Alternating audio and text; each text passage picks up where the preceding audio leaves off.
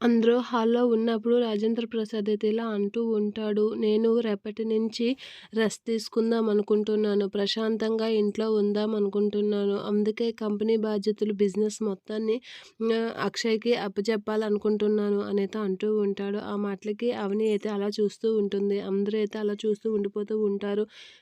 రేపటి నుంచి ఆ కార్యక్రమం పూర్తి చేసి అక్షయ్‌ని కంపెనీకి చైర్మన్‌ని చేసి నేను ప్రశాంతంగా ఉంటాను అని చెప్పి రాజేంద్ర ప్రసాద్ అయితే అంటూ ఉంటాడు. ఆ మాటలకి పల్లవి వీళ్ళందరూ అయితే షాక్ అయ్యి అలా చూస్తూ ఉంటారు. ఏంటి బావగారు చైర్మన్ అయితే మరి మా ఆయన పరిస్థితి ఏంటి అని అయితే అవని పల్లవి ఫీల్ అవుతూ షాక్ అవుతూ ఉంటుంది. ఇక అక్షయ్ అయితే వాళ్ళ నాన్న తీసుకునే నిర్ణయానికి షాక్ అయ్యి అలా చూస్తూ ఉంటాడు. ఇక రేపు అందరినీ మీటింగ్ ఏర్పరిచి చైర్మన్‌ని చేస్తాను అనైతే అంటూ ఉంటాడు రాజేంద్ర ప్రసాద్. అక్షయ్‌ని చైర్మన్‌ని చేసి నేను ప్రశాంతంగా ఉంటాను అని చెప్పి అందరితో చెప్పి అంటూ ఉంటాడు. ఇక అక్షయ్ అయితే షాక్ అయ్యి అలా చూస్తూ ఉండిపోతూ ఉంటాడు. ఇక అవని అయితే వాళ్ళ మామయ్య తీసుకున్న నిర్ణయానికి చాలా హ్యాపీగా ఫీల్ అవుతూ ఉంటుంది. ఇక పల్లవి అయితే వాళ్ళ నాన్నతో ఇలా అంటూ ఉంటుంది.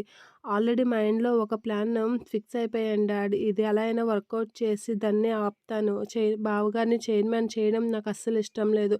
దాన్ని ఎలా ఇచ్చేయాలో నేను చూసుకుంటాను కదా అని చెప్పి పల్లవి అంటూ ఉంటుంది. ఇక వాళ్ళ మామయ్య అయితే అందరిని పిలిపించి అక్షయ్‌ని చైర్మన్ చేయడానికి కావాల్సినవన్నీ చెప్తూ ఉంటాడు. అలా చెప్పగానే ఇందులో చిన్న మెలుకుంది అని చెప్పేసి అంటూ ఉంటాడు. ఏంటి ఆ మెలిక అని చెప్పి రాజేంద్ర ప్రసాద్ చెప్తుంటే కమల్ వీళ్ళందరూ అయితే అలా చూస్తూ ఉంటారు. ఇక రాజేంద్ర ప్రసాద్ అయితే అన్నీ సరిపోయాయి గానీ చిన్న మెలిక అని చెప్పి గుండె పట్టుకొని చాలా బాధపడుతూ ఉంటాడు. అలా గుండె పట్టుకొని బాధపడుతున్న రాజేంద్ర ప్రసాద్‌ని చూసి అందరూ ఒకసారిగా లేచి నిలబడి వెళ్తూ ఉంటారు. అలా వెళ్ళగానే "ఏమైంది నాన్న? ఏమైంది నాన్న?" అని చెప్పి రాజేంద్ర ప్రసాద్ కోసమైతే డాక్టర్‌కి ఫోన్ చేస్తూ ఉంటారు. అలా డాక్టర్స్‌కి ఫోన్ చేసి వెంటనే హాస్పిటల్‌లో అయితే అడ్మిట్ చేస్తూ ఉంటారు రాజేంద్ర ప్రసాద్‌ని. ఇక కమల్, పల్లవి, పార్వతి వీళ్ళందరూ వచ్చి "ఏమైంది మామయ్య గారికి? ఏమైంది?" అని చెప్పేసి అడుగుతూ ఉంటారు. "ఏమో నాన్న అమ్మ డాక్టర్స్ చెక్ చేసి చెప్తామన్నారు" అనైతే అంటూ ఉంటుంది. ఇక పల్లవి ఫీల్ అవుతూ ఉంటుంది.